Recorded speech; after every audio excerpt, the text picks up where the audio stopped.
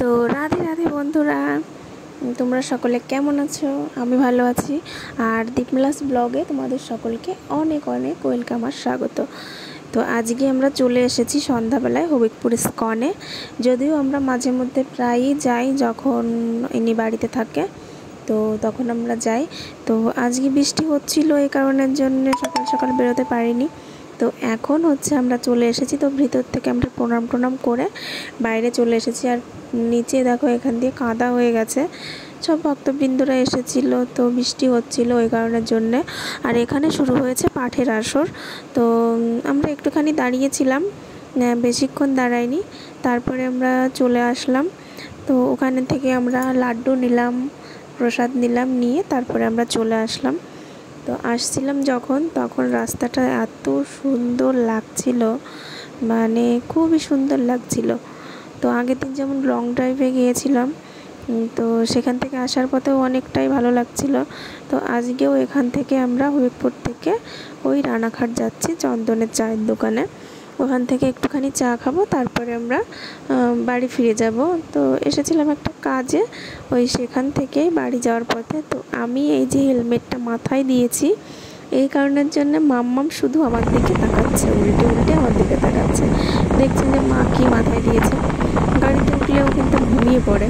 তো আজকে আর ঘুমায়নি, মানে ঘুমিয়েছিল আসার সময়, বাড়ি যাওয়ার সময় আর ঘুমাচ্ছে না। আর এখানে ঠান্ডা ঠান্ডা হাওয়া লাগছে, আর চারিপাশটা যে এত সুন্দর লাগছে দেখতে। রাস্তার উপর দিয়ে লাইটগুলো জ্বালানো রয়েছে, তো খুব সুন্দর লাগছিল। আর এই যে এই পাশ দিয়ে লাইট পড়েছে, এখানে সবুজ ঘাস। অ্যাকচুয়ালি বৃষ্টি হলে পরে চারিদিকে ঘাস অনেক বড় বড় হয়ে যায়, আর গাছপালা নতুন পাতা ছাড়ে, খুব সুন্দর লাগে দেখতে। তো রাস্তার পাশ দিয়ে অমনি খুবই সুন্দর লাগছিল দেখতে। আর দিনের বেলাতে যতটা সুন্দর লাগে, হালকা হালকা রোদ উঠলে রাতের বেলাতেও ঠিক অতটাই সুন্দর লাগছিল। তো আমরা প্রায়ই চলে এসেছি,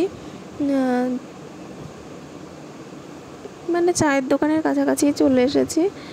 তো এই যে যাচ্ছি এখন, বেশ ভালো লাগছিল, মানে অনেক দিন পর গেলাম। অনেক দিন বলতে ওই 2 মাস পর ইস্কনে গেলাম, তার আগে আর যাইনি।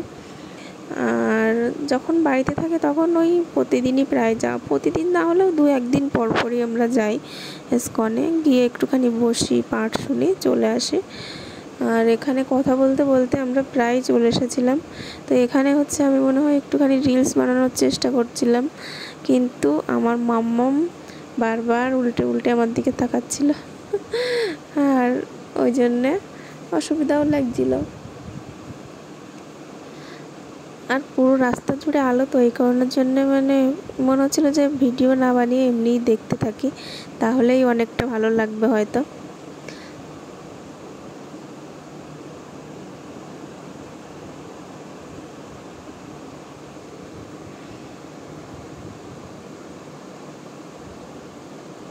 আর কথা বলতে বলতে দেখো আমরা চলে এসেছি, এই যে এখনই চলে এসেছি চায়ের দোকানে। তো চায়ের দোকানে যাব, একটুখানি দাঁড়াবো, চা খাবো, তারপরে আমরা সোজা একটুখানি তড়কা নেব, তড়কা নিয়ে তো বাড়ি চলে যাব।